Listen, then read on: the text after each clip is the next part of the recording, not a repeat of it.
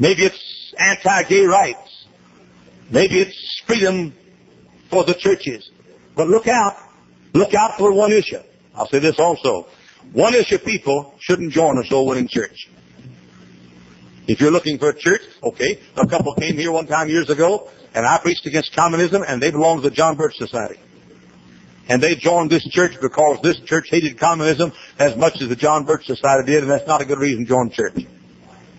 You join this church because we believe that book. You join this church because we hate sin. You join this church because all sin, not just communism, all sin. You join this church because we believe that every word in that book is the Word of God.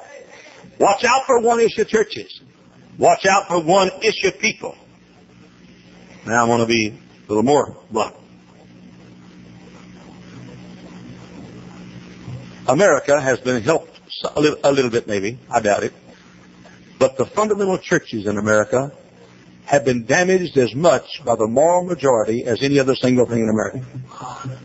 I said it. I said it. I'm going to join another church. Well, in case you want some truth, come back here again sometime. I'm saying, all in the world that did was cause God's fundamental people to get more concerned about saving America through politics than saving America through prayer. My Bible says you save a nation. If my people who are called by my name shall humble themselves and pray and seek my face and turn from their wicked ways, then will I hear from heaven, forgive their sin, and heal their land. Instead of my people become precinct captains, it says my folks become bus captains.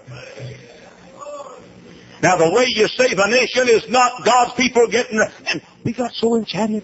Oh, do you know what? I myself went to the White House. I was more impressed when I went to the outhouse myself, but I went to the White House. I ate with Mr. Carter. Had my picture taken with Mr. Carter. I appeared on programs with Senator, what's the guy's name, North Carolina, the conservative? Senator Jesse Helms. Oh, yeah. We sat side by side. He spoke, and I was the main speaker after he got through. Oh, and we fundamentalists, we'd never been downtown before. Man alive. We even got to go to presidential prayer breakfast, where no fundamentalist ought to go. You get a bunch of Jews that believe that Mary was an adulteress and Jesus was an illegitimate child. And you get a bunch of Catholic priests that don't believe anything. And you get a bunch of pussyfooting National Council of the Church people. But you see, for the first time, we fundamentalists got to go down. We got to go uptown. I mean, we got a tie to match our socks for the first time. And boy, we went home and said, well, I just got back from a meeting, the presidential prayer breakfast, and I was there with Mr. Carter. Well, that's peanuts as far as I'm concerned, but I was there with Mr. Carter, and now, listen, 10,000 times, I mean this. I'd rather have dinner with that guy right there 10,000 times more than President George Bush. Because he pays.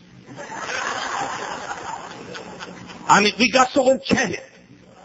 We wanted to be big shots. Our pictures in the paper. And what happened? Church after church after church after church in America got wrapped up in trying to save America man's way instead of God's way, which is humble ourselves and pray and seek God's face and turn from our wicked ways. And and what happened? We lost our churches. Churches by the hundreds in America. I could tell you graduates of Hyles-A College that got wrapped up in secondary matters on one issue. What's the one issue, people? I said, what's the one issue, people? Watch them. Have this thought. If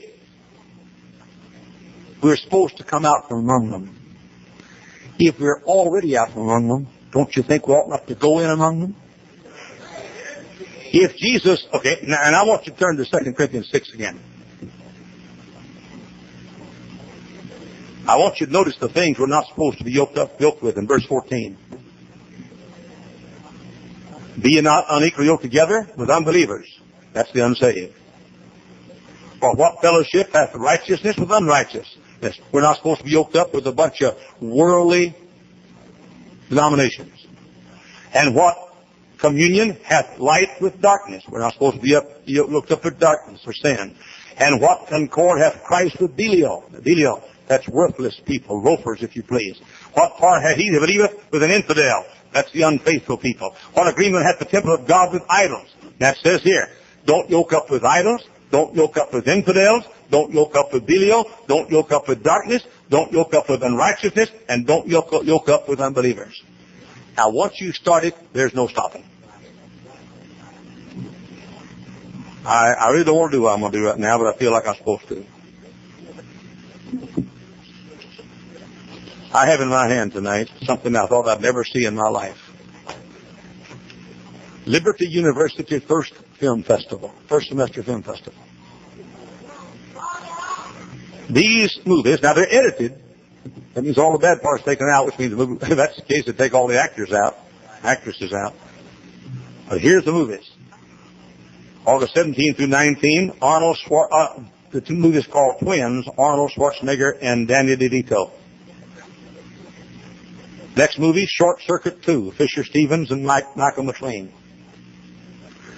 Next one, the movie is big, 9:30 p.m. showings, Careless Drive-In.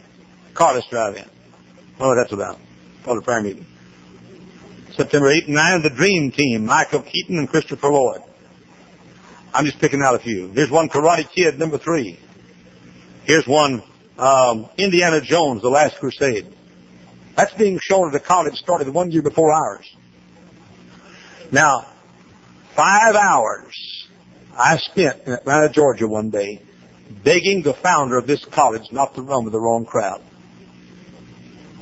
Begged him. 5 hours. He's preached here. I preached for him. Now listen to me. Don't get upset with me. I mean, Hollywood is as rotten as hell itself, and these movies right here, some of these are R-rated movies, just doctored up. Well, you say they're doctored up, okay? And what they do, they make heroes out of Arnold Schwarzenegger and heroes out of Michael Keaton. This is Hollywood. I preached against Hollywood for 42 years. I'm not stopping now. Now that shows you how quick a college can change. Now where does it start?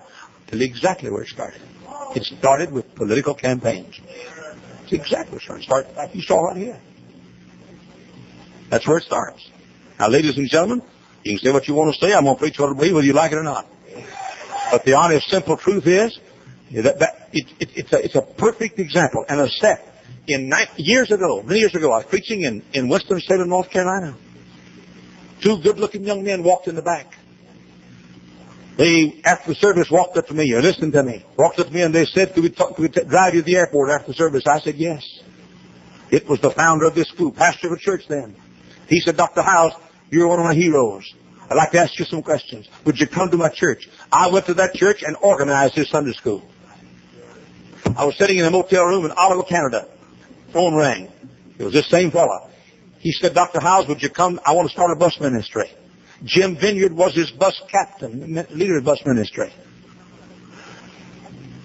The year I was there the first time, had 3 speakers, Lester Roloff, Oliver B. Green, and Jack Hyles. That's a pretty good fundamental lineup. I went to there and organized his bus ministry. Then he came to pastor school. Then for 5 years in a row he came to pastor school and brought his staff with him. Went back and built a soul-winning church. Now, where did he get off on having Arnold Schwarzenegger perform in his school? He got off on it when he decided that he was going to join hands with the politicians who joined hands with the neo-evangelical, who joined hands with the neo-orthodox, who joined hands with the liberals. Now, you start speaking well about the new evangelicals, you're in trouble. You're in trouble. You say they're good, sincere fellows. Anybody that doesn't believe the Bible is not good, he's not sincere, and he's not honest. Now, the honest, simple truth. The hope for this nation rests in fundamentalism and separatist fundamentalism. That's hope for this nation. Now, the fact that somebody is upset right now is a good sign.